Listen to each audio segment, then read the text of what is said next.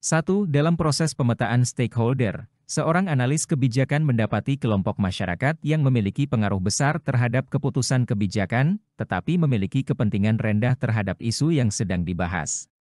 Dalam matriks stakeholder, kelompok ini biasanya dikategorikan sebagai A. Key players, B. Contest setters, C. Crowd, D. Subjects, E. Gatekeepers.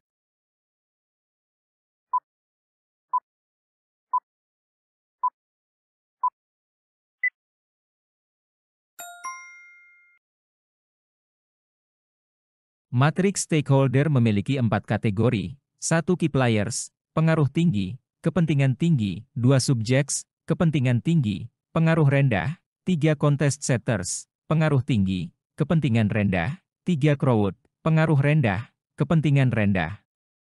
Kelompok dengan pengaruh besar tetapi kepentingan rendah termasuk dalam kategori contest setters.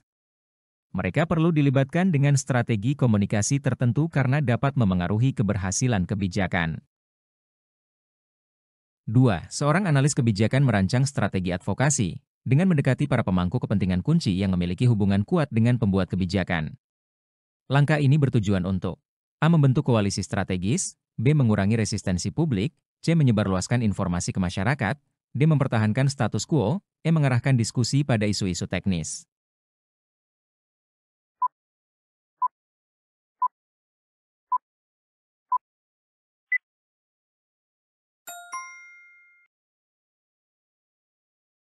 Pendekatan kepada stakeholder kunci bertujuan membangun koalisi strategis yang mendukung kebijakan. Strategi ini efektif dalam memperkuat legitimasi kebijakan dan meminimalkan hambatan dari pihak-pihak berpengaruh. Langkah ini juga membantu menjembatani komunikasi antara pembuat kebijakan dan publik. 3. Dalam advokasi kebijakan publik, pemilihan pesan komunikasi yang tepat menjadi kunci keberhasilan. Jika tujuan utama adalah memengaruhi pemangku kepentingan dengan pengaruh tinggi tetapi dukungan rendah, pesan komunikasi yang efektif sebaiknya A. Fokus pada keuntungan langsung yang diperoleh stakeholder, B. Menonjolkan dampak kebijakan terhadap masyarakat luas, C. Menyertakan data teknis dan bukti ilmiah yang mendukung kebijakan, D. Menggunakan narasi emosional yang membangun rasa solidaritas, E. Mengarahkan diskusi pada isu hukum dan peraturan terkait.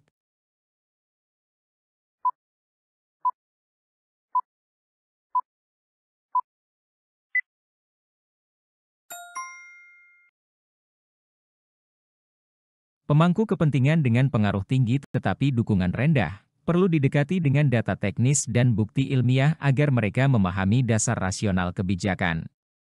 Pendekatan ini mampu meningkatkan kepercayaan mereka terhadap kebijakan tanpa menimbulkan kesan manipulatif.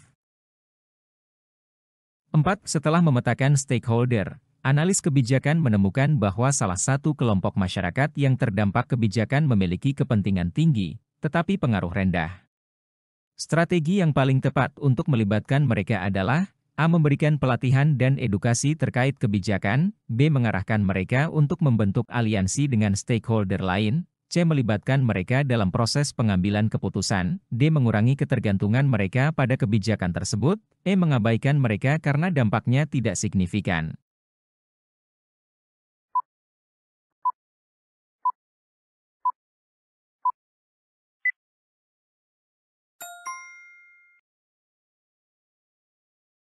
Kelompok dengan kepentingan tinggi tetapi pengaruh rendah, kategori subjeks, membutuhkan pemberdayaan.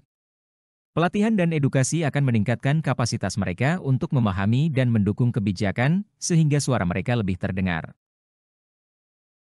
5. Seorang analis kebijakan sedang menyusun strategi advokasi untuk kebijakan yang menghadapi resistensi dari kelompok dengan kepentingan rendah tetapi pengaruh tinggi.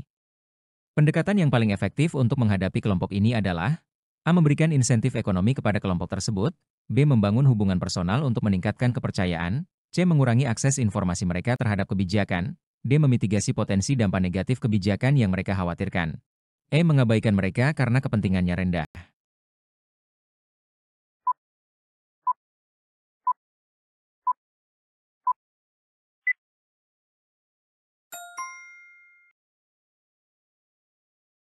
Kelompok dengan kepentingan rendah tetapi pengaruh tinggi dapat menimbulkan resistensi yang signifikan. Oleh karena itu, pendekatan terbaik adalah memitigasi potensi dampak negatif kebijakan yang mereka khawatirkan.